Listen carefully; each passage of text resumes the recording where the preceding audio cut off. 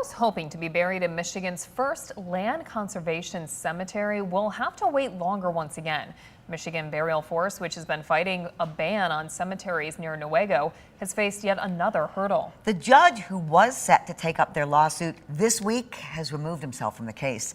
13 on your side's Micah Cho joins us from the newsroom with how the owners are now moving forward. Micah. Yeah, Peter and Annika Quakenbush say right now they have to wait until a new judge is selected for their case. And one of their lawyers told me while they understand the recusal, they wish the judge would have done it earlier.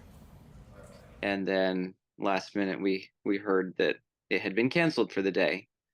So yeah, obviously very disappointing. Peter and Annika Quakenbush own 20 acres of land in Brooks Township near Newaygo and have been waiting patiently to see if they'll be able to open the West Michigan Burial Forest. It would act as both a cemetery and a nature preserve, taking out the common headstones for more natural burial markers like stones or trees. Like, we bought the land for this purpose.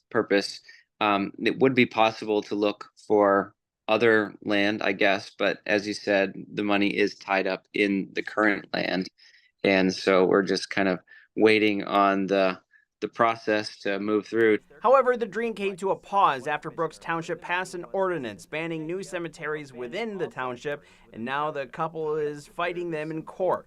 Just before oral arguments were to be heard in Newaygo County Circuit Court, the judge recused himself from the case. Attorney Katrin Marquez says they're not sure what the reason was for the recusal.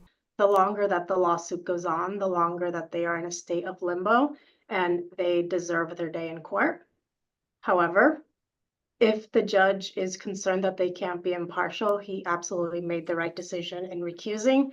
We would have just preferred for it to have been earlier, so less time would have been wasted.